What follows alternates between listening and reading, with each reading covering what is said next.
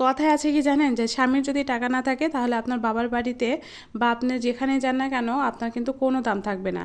আর যদি বাপের যদি টাকা না থাকে তাহলে কিন্তু স্বামীর বাড়িতে বা অন্য কোথাও যদি আপনি যান না কেন সেখানে আপনাকে খোটা শুনতে হয়, কারণ আপনার সেখানে কিন্তু কোনো দাম থাকে না। কারণ কি আপনার কোনো বাড়ি নাই, আপনার কোনো জায়গা জমি নাই, বা আপনার কোনো টাকা পয়সা নাই, বা আপনার বাপের ধন সম্পত্তি আছে কি না এটাও কিন্তু মানুষ দেখে, বুঝছেন? তো যাই হোক, এটার কারণ একটাই কথাই বললাম। এখন কেন বললাম সেটা কিন্তু আমি একটু পরে বলবো, তার আগে একটা কথা বলে নিই। অনেকে এখন বলবেন আপু এই বাড়ি দেখানোর উদ্দেশ্য কি? অনেকেই কিন্তু আমাকে জানতে চান যে আপু আপনি নাটোর কোথায় যান? নাটোর আমি যাই হচ্ছে আমার বাপের বাসা, কারণ এটা হচ্ছে আমার বাবার বাড়ি। আর আমার বাবার বাড়িতে যেতে হলে কিন্তু আমার সান্তাহার থেকে নাটোরে আসতে হয়, কারণ আমার শ্বশুর বাড়ি নওগাঁতে আর আমার বাপের বাড়ি হচ্ছে নাটোরে। আর ট্রেনে অনেকেই বলেন যে আপু ট্রেনে করে আপনি কোথায় যান? আর ট্রেনে করে আসা কিন্তু আমার অনেকটা সহজ হয়, এ কারণে কিন্তু আমি প্রায় এখানে আসি। আর এখানে কিন্তু দেখাশোনা করার তেমন কেউ নাই, এই জন্য কিন্তু আমার এই প্রায় প্রায় এখানে আসতে হয়। বাবার বাড়িতে যে আসলে মানুষ এতটা অলস হয় সেটা হচ্ছে আমি প্রমাণিত। কারণ আমি যখন শ্বশুর বাড়িতে থাকি তখন কাজকর্ম করার জন্য কিন্তু সকাল সকাল ঘুম থেকে উঠি, সব কাজকর্মই করি। আর বাবার বাড়িতে আসলে মনে হয় যে আমার ব্রাশটাও করতে ইচ্ছা হয় না। এটা কেন হয় আমি বুঝি না। যখন ট্রেনে উঠি তখন আমার মনে হয় যে আমি বাবার বাড়িতে এসে আমার মা অসুস্থ, আমি সব কিছু করব। কিন্তু যখন আমি আসি তখন আমার একদমই ভালো লাগে না কোনো কিছু করতে।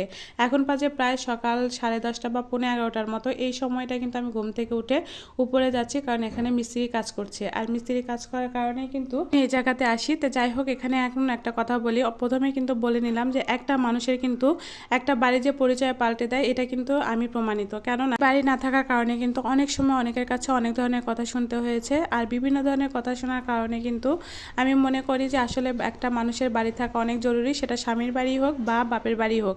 বাপের বাড়ি না থাকলে যেমন শ্বশুর বাড়িতে কথা শুনতে হয়, আর শ্বশুর বাড়িতে যদি যে আপনার না থাকে তাহলে কিন্তু বাপের বাড়ির লোকজনদের কাছে কথা শুনতে হয়। এটা কিন্তু একদমই বাস্তব। তো যাই হোক, আমি যে কথাটা বলছিলাম, এখন কিন্তু এই বিশাল বাড়িটার কথা বলছি। এই বিশাল বাড়িটা কিন্তু অনেকে বলবেন আপু এখন কি আপনি ফেসবুকে টাকা পেয়ে এই বিশাল বাড়িটা করছেন? অনেকেই তো বাড়ি গাড়ি সব করছে, আপনিও কি তাই করছেন? না, একদমই তা না। অনেকে কিন্তু এই কথাটা এখন মনে করবেন একদম ভুল ধারণা যে এটা কিন্তু আমার ফেসবুকের টাকা দিয়ে বাড়ি না, এটা আমার বাপের খুব কষ্টে জমানো কিন্তু টাকার বাড়ি। আর এই বাড়িতে কিন্তু অনেক কষ্ট আছে। আর আমার বাবা কিন্তু একদমই বড়লোক নয়, আমার বাবা কিন্তু অনেক গরিব একটা মানুষ। তারপরেও কিন্তু আমার বাবা টুকটুক করে যা রাখা মানে টাকা পয়সা জমিয়ে কিন্তু এই বাসাটা তৈরি করা হচ্ছে। তো যাই হোক, জানি না এই বাসার কিন্তু এখনও কোনো কিছু হয়নি। এই বাসা তৈরি করতে এখনও প্রচুর পরিমাণে টাকার দরকার। আগে তো আমাদের কোনো ধরনের বাসা ছিল না। আমি কিন্তু বলেছি যে আমরা একদম মধ্যবিত্ত, নুন আনতে পান্তা ফুরায় এরকমই কিন্তু একটা ভাব।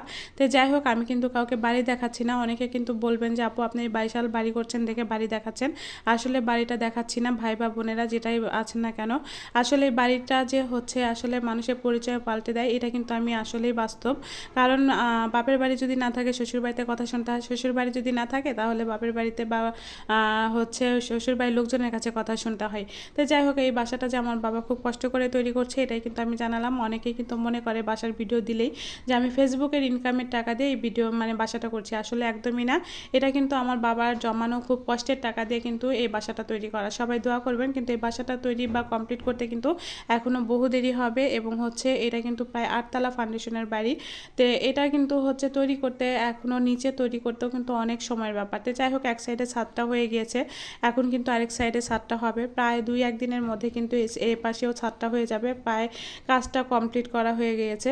তো যাই হোক, এদিকে কিন্তু আমি হচ্ছে ভিডিওগুলো করছিলাম আর অনেক কথা মনে হচ্ছিল যে আমাকে কে কোন কথা বলেছে, সে কথাগুলোও মনে আছে আর মনে থাকবে সারা জীবন। কারণ কি আঘাত দেওয়া কথাগুলো সবসময় মনে থাকে, আর এই আঘাত দেওয়া কথাগুলো কিন্তু কখনো কেউ ভুলতে পারে না, তাই আমিও কখনো ভুলতে পারবো না।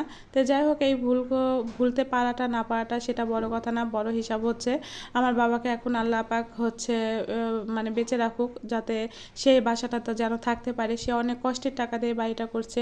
কিন্তু অনেকে আমাকে যখন এই বাড়ির হচ্ছে ভিডিও দিই, অনেকে আমাকে মানে বলে যে আপু অনেকেই ফেসবুকের টাকা দিয়ে বাড়ি ঘর করছে, আপনিও কি এত বড় বাড়িটা করছেন ফেসবুকের টাকা দিয়ে?